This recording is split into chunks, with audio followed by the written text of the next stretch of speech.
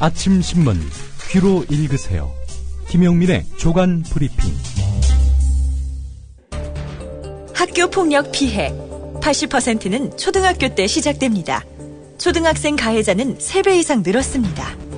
스마트폰 왕따 문자 6배 이상 늘었습니다. 그런데 놀랍게도 피해 학생의 80%는 부모님께 말하지 않습니다. 이젠 걱정하지 마세요. 미리 다 알려주는 자녀 보호 어플 스마트 보디가드가 있습니다. 자녀의 학교 폭력 문자, 인터넷 고민 검색, 실시간 위치, 유해 컨텐츠를 24시간 감지하여 부모님께 다 알려드립니다. 미리 알면 안심할 수 있습니다. 구글 플레이에서 우리 아이 첫 번째 지킴이 스마트 보디가드를 설치하세요. 지금 설치하고 일주일 무료 체험하세요.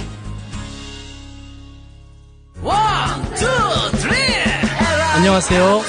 이번에 앨범을 발표한 가수 현우입니다. 정의롭고 행복한 사회를 만들고자 하는 국민TV, TV 개국을 위해 재능 기부를 하려고 합니다. 재능 기부 방법은 저의 앨범을 통한 다음과 네이버 등 포털 또는 음악을 다운받을 수 있는 음악 전문 사이트에 온라인 다운로드 관련 모든 수익을 전액 기부하려고 합니다. 작고 미비할지 모르나 국민TV, TV 개국에 도움이 되었으면 합니다. 감사합니다.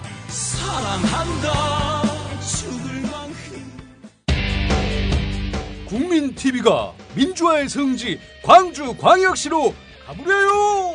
미디어 협동조합 국민TV 광주 전남지역 조합원 한마당이 11월의 마지막 날 11월 30일 토요일 낮 2시 광주 서구 상문우리로 30 김대중 컨벤션센터 301호에서 열립니다.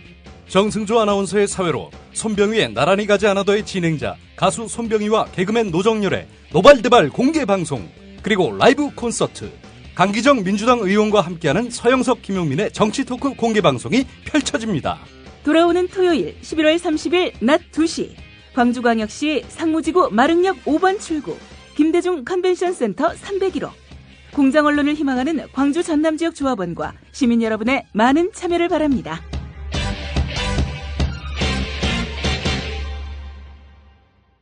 오늘 아침 신문들은 어떤 뉴스에 주목하고 있는지 김용민 PD와 함께 알아보도록 하겠습니다. 안녕하세요. 네, 안녕하십니까. 네, 어떤 기사부터 소개해 주시겠습니까? 예, 미국이 중국이 선포한 동중국해 방공식별구역에서 사전 통보 없이 B-52 전략폭격기 2대의 훈련 비행을 진행하면서 무력 시위를 벌였습니다. 자, 다른 나라도 아니고요. 세계에서 가장 힘이 센 그런 최강대국으로 꼽히는 미국이 무력 시위를 했단 말이죠. 두 번째로 큰 나라를 상대로 말이죠. 자, 미국의 이번 무력 시위는 중국의 방공식별구역 선포를 인정하지 않겠다는 단호한 의지를 나타낸 것인데요.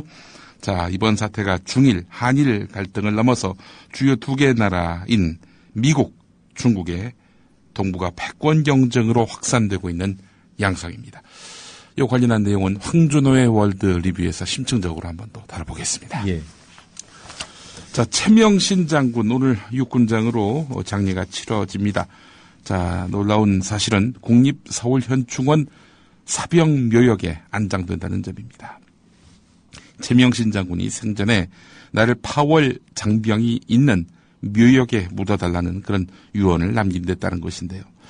자, 이 최명신 장군의 바람에도 불구하고 사병묘역에 묻히기는 쉽지 않았습니다. 장군이 사병묘역에 안장된 전례가 없고 국방부도 난색을 표했어요. 그러자 유족과 부하들이 최명신 장군의 유언을 받아달라는 민원 편지를 청와대에 보낸 것으로 알려졌습니다. 국방부는 긴급회의를 열어서 고인의 유언을 수용하기로 했는데요. 자, 이 최명신 장군이 어떤 분인가? 육사 5기 출신인데요. 5사단장과 육군본부 작전 참모부장을 거쳐서 39살이던 1965년 주월 사령관 겸 맹호부대장에 임명되었습니다.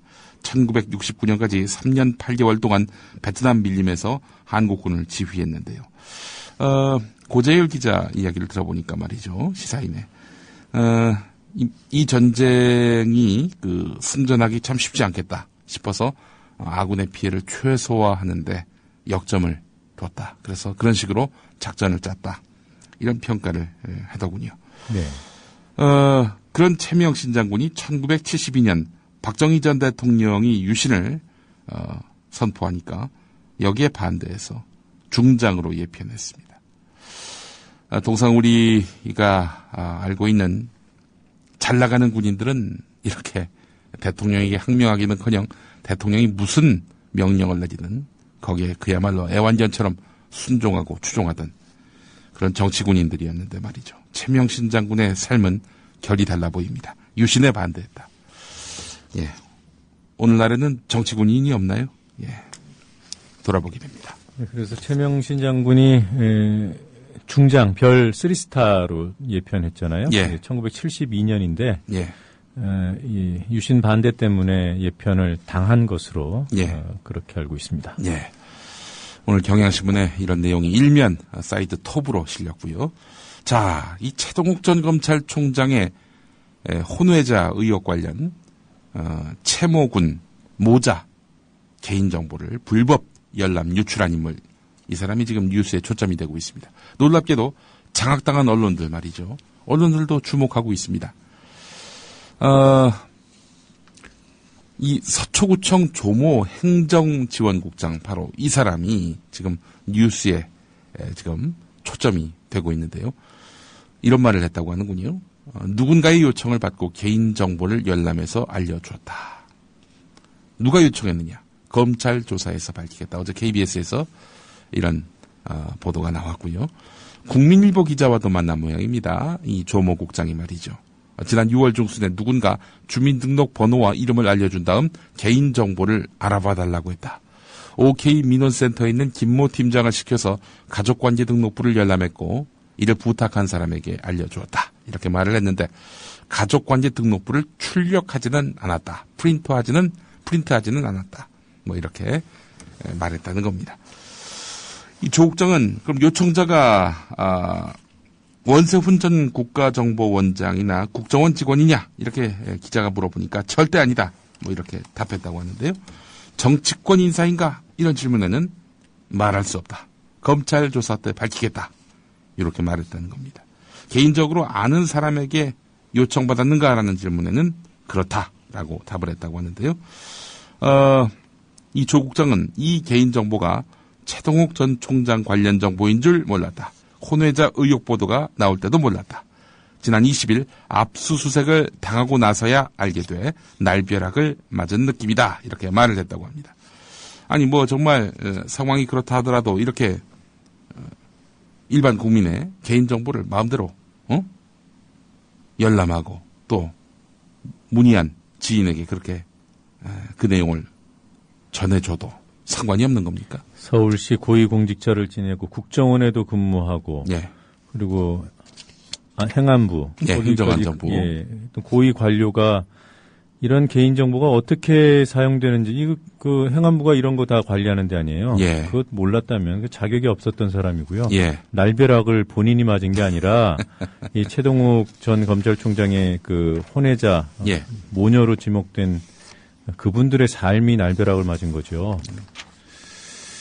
자, 한겨레에 말씀하신 내용이 또 크게 다뤄졌습니다. 이면에 실렸는데 최동욱 정보를 유출한 이 조모 국장, 이 사람이 국정원에서도 근무를 했는데 이 사람의 이력을 보면은 원세훈 전 국정원장과 상당히 같은 동선, 같은 이력 많이 겹쳐 있습니다. 원세훈 라인입니다. 원세훈 라인입니다. 네. 국정원, 검찰 등의 말을 종합하면은 조모 국장은 원세훈 전 원장이 국정원장으로 부임한 직후인 2009년 3월부터 9월 말까지 국정원 부속실에서 일한 다음, 부속실이 어딥니까? 비서실이죠. 한마디로 얘기해서. 국정원 부속실에서 일한 다음 행정안전부로 복귀했다가 2010년 1월부터 서초구청에서 근무하기 시작했는데요. 앞서 조모 국장은 원세훈 전 원장과 함께 서울시에 근무하다가 2008년 원세훈 전 원장이 행정안전부 장관으로 임명되니까 행정비서관으로 발탁돼서 행정안전부에서 일했습니다. 조모 국장을 비롯해서 지금까지 검찰 수사를 통해 개인정보 유출에 관여한 것으로 드러난 서울 서초구청 관련자들도 원세훈 전 원장의 인맥이라는 공통점을 갖고 있다. 한겨레는 이 점을 주목하고 있습니다. 네. 진익철 서초구청장 역시 원세훈 전 원장과 친분이 두터운 것으로 알려졌으며 검찰의 압수수색을 받은 임모 감사 담당관은 진익철 서초구청장 라인으로 통한다는 것이 구청 관계자들의 설명이란 겁니다. 행정안전부에서 그 앞서서 서울시에서 그리고 국정원에서 이 조모 국장은 원세훈과 함께 일했었다. 이런 얘기입니다. 원세훈 라인이고. 그 서울시 누구의 어떤 서울시장의 서울시였습니까? 예, MB의 서울시였고요. MB의 행정안전부였고요. MB의 국가정보원이었습니다. 자, 한편 검찰은 지난 9월 6일 조선일보가 최동욱 전 총장의 혼외아들 의혹을 보도한 다음 날 청와대 관계자가 서초구청에 찾아와서 가족관계 등록부 확인을 요청했다는 OK민원센터 김모 팀장의 진술을 확보하고 경위를 파악하고 있다고 합니다. 검찰은 정부기관에서 채모군의 개인정보를 입수한 사실이 드러나면은 적법한 절차를 거쳤는지 해당 정보가 어떤 용도로 활용됐는지도 규명할 예정이라고 하는데요. 한편 국정원 관계자는 조모 국장은 국정원 부속실에 짧은 기간 근무했다. 국정원 직원이 조모 국장에게 가족관계 등록부 조회를 부탁했을 리 없다. 이렇게 말했다고 하는데 참 국정원 그간 여러 사건이 터질 때마다 다양한 해명을 했는데 상당 부분 거짓말로 드러나가지고 이 말조차도 과연 신뢰를 할 수 있을지. 국정원 해명은 결과적으로 보면 네. 거꾸로 이해하는 게 맞을 확률이 더 높아요. 거꾸로 반대로 새겨 듣는 것이 정말 바보 소리 안 들을 것 같습니다. 지금까지 그랬습니다. 한국일보 신면으로 가보겠습니다.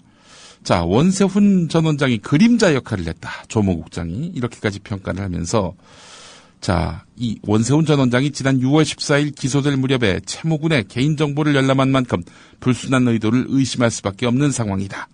기사는 이렇게 이어집니다. 특히 당시 수사 결과에 불만을 품은 국정원과 청와대가 최동욱 전 총장을 낙마시키기 위해서 사생활을 뒷조사하고 있다는 소문이 나돌았던 탓에 배후에 대한 의심은 더욱 증폭되고 있습니다. 원세훈 정도가 아니라 권력층일 가능성이 대단히 높다. 이렇게 보고 있는 겁니다. 검찰 주변에서는 조모 국장에게 열람을 지시했을 만한 세력으로 국정원을 의심하고 있으며 청와대와 여권 인사들도 거론되고 있다. 이렇게 전하고 있습니다. 한국일보가요. 한편 검찰은 이번 달 초에 국내 항공사 2곳을 압수수색해서 채모군 모자의 출국 기록을 불법적으로 조회한 흔적이 있는지도 살펴보고 있다고 합니다. 조선일보가 채모군 모자가 8월 31일 미국 뉴욕행 비행기를 타고 출국했다고 보도를 했는데 이거 알 길이 없거든요. 보병전 얘기하더만요. 보니까 조선일보 쪽에서는 기자들의 보병전에 따른 결과지 우리가 무슨 고위층으로부터 정보를 받아가지고 이렇게 보도한 것이 아니다. 이렇게 강변을 했는데 아니 제 아무리 보병전을 한다 한들 어떻게 이 일반인의 외국행을 그렇게 쉽게 짧은 시간 안에 알 수 있습니까? 이건 보병전으로는 불가능한 일입니다.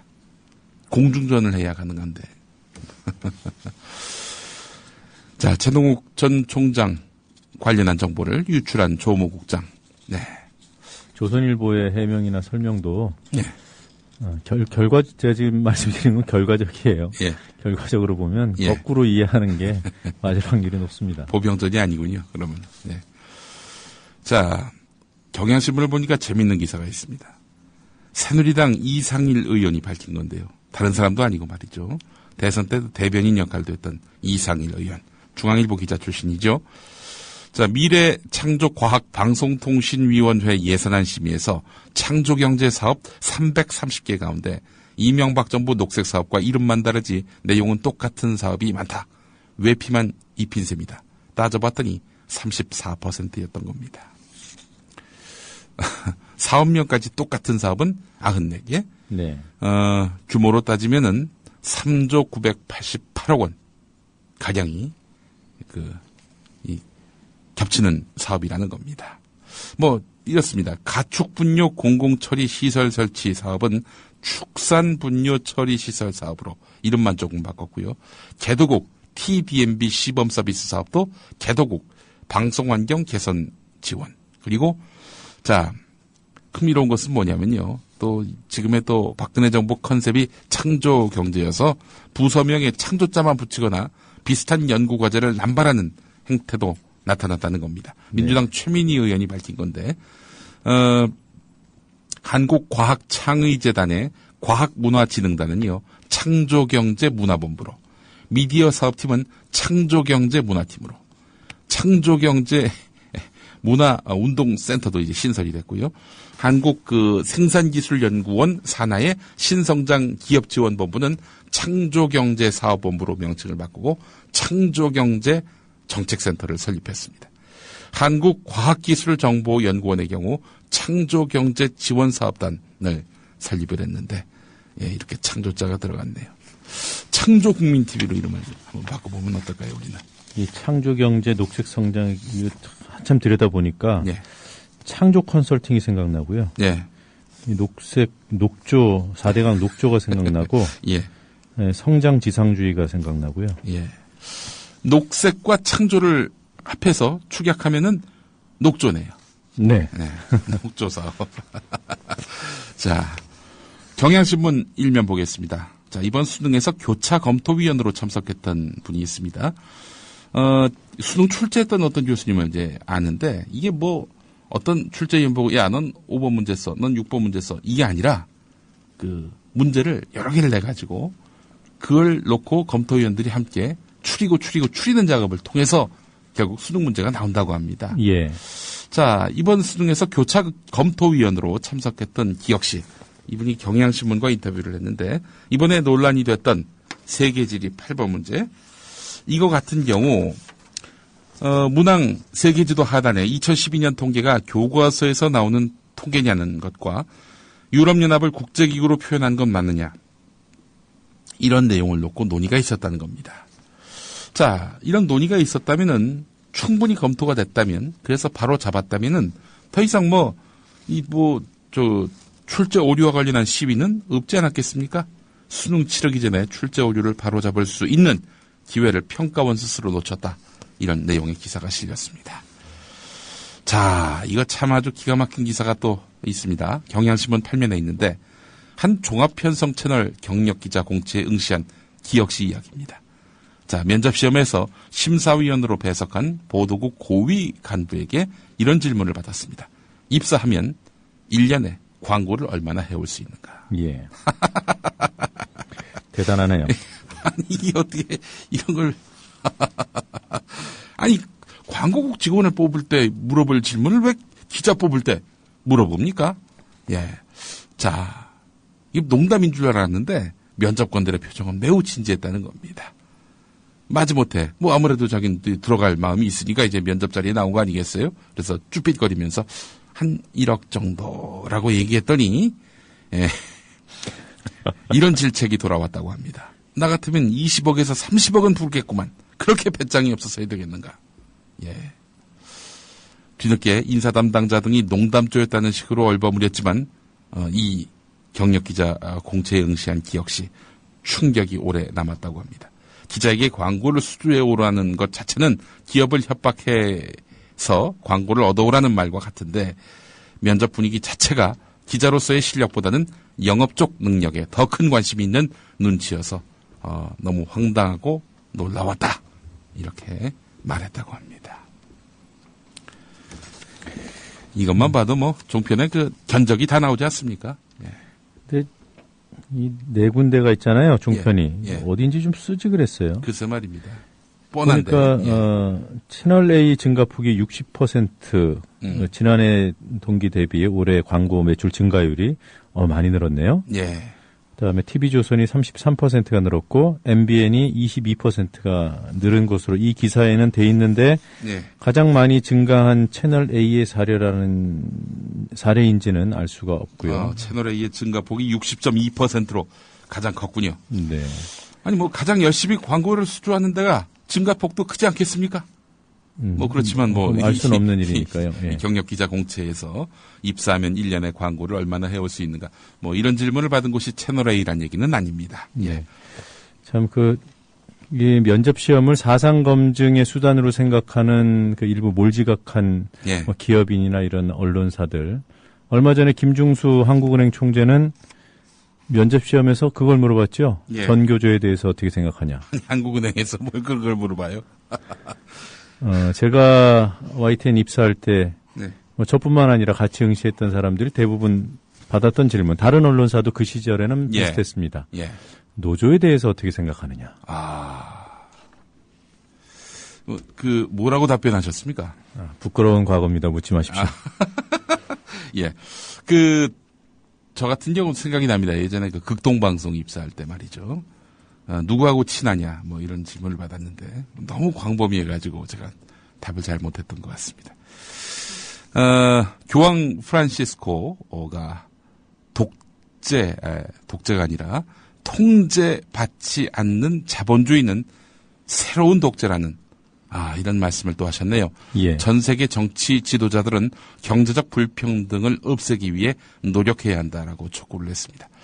교황 말씀이 참 너무나 주옥 같습니다. 더 소개를 하겠습니다. 동시대 현실을 분석하는 것은 사실 교황의 책무가 아니지만 돌이킬 수 없는 비인간성의 시대로 접어드는 상황에서 있는 우리 모두의 중요한 책무다. 성서에 살인하지 말라. 그러니까 10계명이기도 하죠. 살인하지 말라는 10계명을 현 시대에 고쳐 말하면 경제적 살인을 하지 말라가 돼야 할 것이다. 경제적 살인이라 하면 경제적으로 누군가를 배제하거나 소외시키는 것을 하지 말라가 돼야 할 것이다 라고 말씀했습니다. 가톨릭 사제들에게 적극적인 현실 참여를 주문한 점, 이게 또 주목됩니다. 아직도 가톨릭 교회는 많은 이들로부터 신뢰와 지지를 받는 기관이라면서 교회는 사회통합과 인권, 시민권을 둘러싼 문제가 발생했을 때 그 해결책을 찾는 중재자로서 역할을 해야 한다. 조직의 안위에만 치중하는 교회가 돼서는 안 된다. 교회는 말과 행동을 통해 사람들의 일상생활에 개입해야 하며 필요하다면 신발에 거리의 진흙을 묻힐 수도 있어야 한다. 나는 교회가 좀 더 깨지고 상처입고 더러워지기를 원한다. 이렇게 말을 했습니다. 네. 교황께서 사제의 그 현실 참여를 강조한 것은 이번만이 아닌데요. 지난 7월 브라질에서도 교회도 거리로 나가길 바란다 라고 말했고, 지난 9월 미사 강론에서는 정치인들이 더 잘 통치할 수 있도록 사제들도 능력 닿는 대로 최대한 정치에 참여해야 한다라고 강조한 바 있습니다. 경향신문 6면을 가보면 검찰의 고민이 실려 있습니다. 검찰은 사건을 일단 배당한 후 사건을 어떻게 처리할지 이걸 놓고 지금 고민하고 있다는 겁니다. 대법원 판례는 보안법상 찬양 고무죄는 엄격하게 따지고 있는데요. 대법원 판례는 이적 동조 행위에 대해서 적극적으로 자신이 반국가단체 등 활동에 호응, 가세한다는 의사를 외부에 표시하는 정도에 이르러야 하고, 그러니까 나는 북한이 좋아요, 김정은 장군님 만세, 뭐 이래야 된다는 거죠. 그리고 국가의 존립, 안전이나 자유민주적 기본 질서에 실질적 해악을 끼칠 명백한 위험성이 있어야 한다. 명백할 위험성이 있어야 한다. 이렇게 규정하고 있는데, 뭐 이걸 따져보면은 박창신 신부의 그 말씀 갖고 이게 뭐 처벌은 물론 기소하기도 쉽지 않은 게 검찰의 고민인 거죠. 예. 자, 오늘 동아일보를 보면은 이 종박 언론이 어디까지 갈 수 있는가라는 걸 또 볼 수 있습니다. 오면을 보니까 박 대통령이 천주교에 대한 애정이 각별한데 마치 지금 천주교에 대해서 박 대통령이 소외시키고 있다. 이런 식의 주장이 나오니까 곤혹스러워하신다. 이런 내용을 오면에 실었습니다. 율리아나, 그러니까 세례명입니다. 박근혜 대통령 세례명.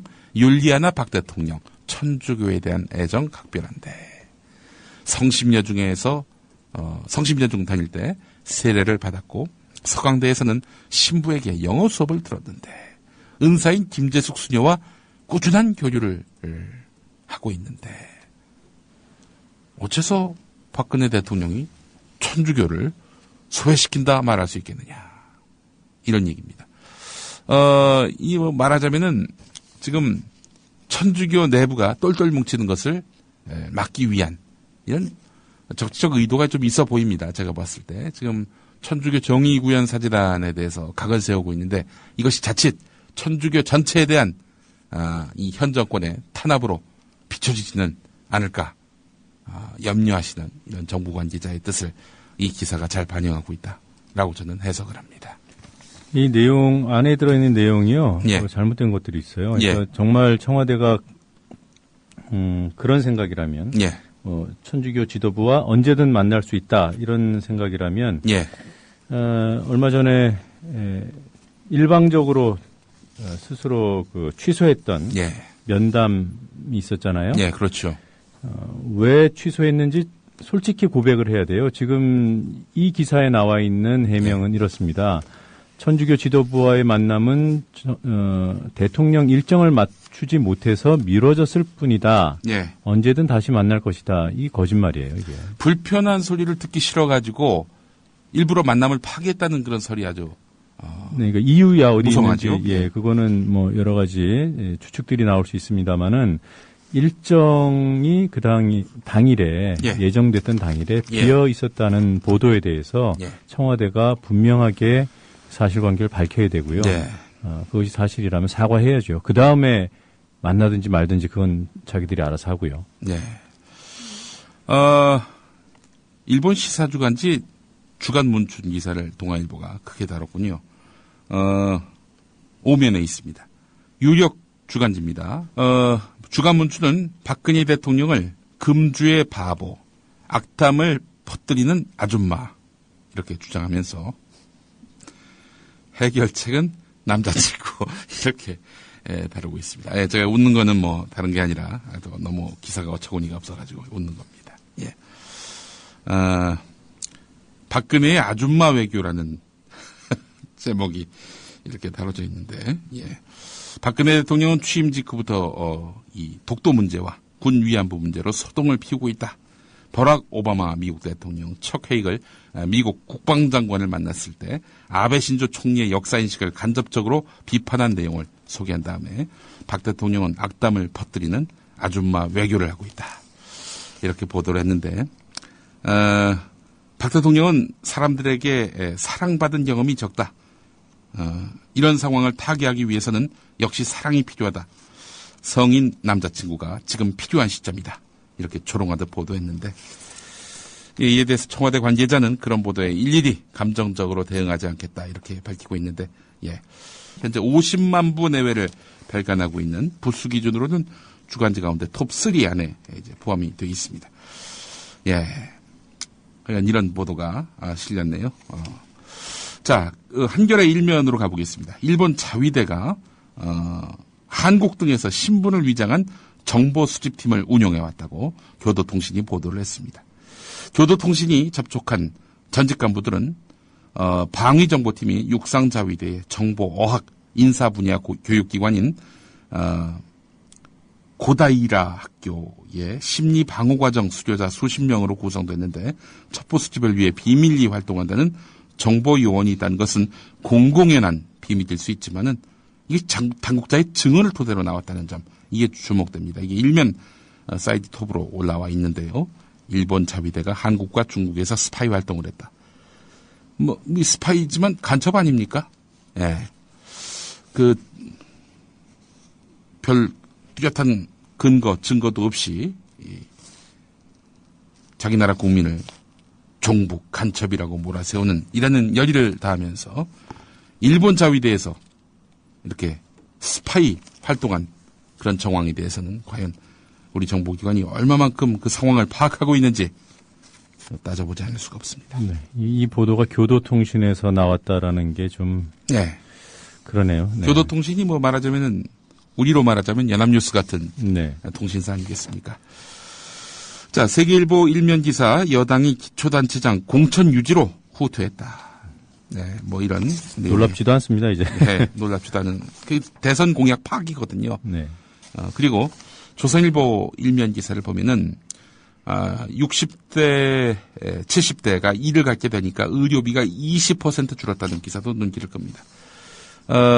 어르신들에게 일자리를 부여했을 때 이분들이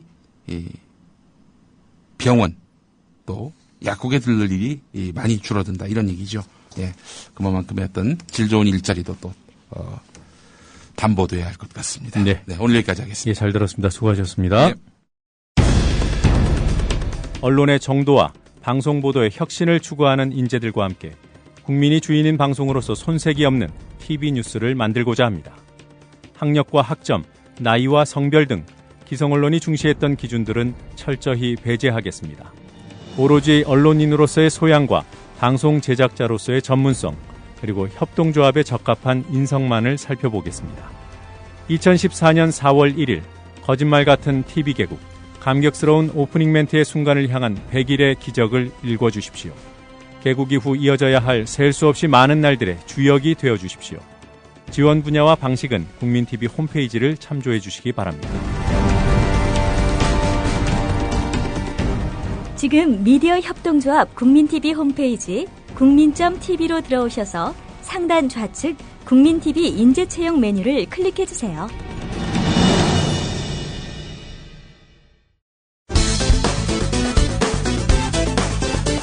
소설가 김홍신이 말하는 종북의 정의. JTBC와의 인터뷰에서 저희들 어려서는요, 그저 걸핏 하면은 빨갱이 이렇게 해가지고 사람들 참 기를 죽였는데, 지금도 아직까지 종북 논리를 가지고 자꾸 이렇게 이야기를 하면 정말 곤란합니다. 종북의 개념이라는 건 이제 한자 뜻이 아니더라도요, 엄밀하고 보면은 북한의 정책이나 사상이나 북한의 노선에 종처럼 따라간다, 이런 의미 아니겠습니까? 그런 사람이 대한민국에 얼마나 되겠어요? 그렇게 많은 건 아니거든요. 근데 이 사재단을 종북이라고 이야기를 하면은 대한민국에서 건실한 비판 세력은 다 종북이라고 덤태기를 쓸 수밖에 종북으로 없죠. 매도될 위험이 아주 위험이 있는 거죠. 것이죠. 그러니까 한편 CBS에서는 김진태 새누리당 의원과 박범계 민주당 의원 사이의 정의 구현 사재단에 대한 평가를 두고 설전이 벌어졌는데, 이건 신부라고 인정할 수가 없습니다. 사제복을 입은 그냥 이건 혁명 전사나 마찬가지입니다. 사제복을 입은 혁명의 전사다? 네. 너무 심한 말씀은 아니십니까? 지금 복을 입고 감론에서 얘기했으니까 이거를 좀 봐줘야 되지 않냐, 이거는 전혀 맞지가 않고요. 전혀 사제로서 할 수 없는 일을 사제복을 입고 했기 때문에 이게 문제가 큰 겁니다. 옛날에 레닌이 이렇게 얘기를 했습니다. 한 명의 신부를 포섭하는 것이 한 개 사단 병력을 늘리는 것보다 낫다는 아주 명언을 했습니다. 그게 지금 레닌이 죽고 나서 100년이 지난 지금 와서도 이렇게 딱 들어맞는 얘기가 되는 거고요. 오늘 아침 8시에 이런 토론을 하고 있다는 것 자체가 제가 정말로 창피하고 정말 말씀이 안 나옵니다. 말이 안 나옵니다. 김진태 의원, 이게 무슨 말입니까? 이거 보세요. 이게 무슨 말이에요, 도대체? 어디에서도 늘 그렇게 인신공격. 가만히 계셔보세요. 자, 박범계 의원에게 지금 진술권이 있습니다. 잠시만요, 김진태 의원님. 박범계 의원님 말씀하시죠. 말이 아닌 게 박창신 신부. 김진태 의원 가만히 계세요. 지금 발언권을 지금 박범계 의원께 드렸으니까요. 박창신 신부는 그저께 이 프로그램에 나와서 우리 김현정 진행자께서 다시 물어봤습니다.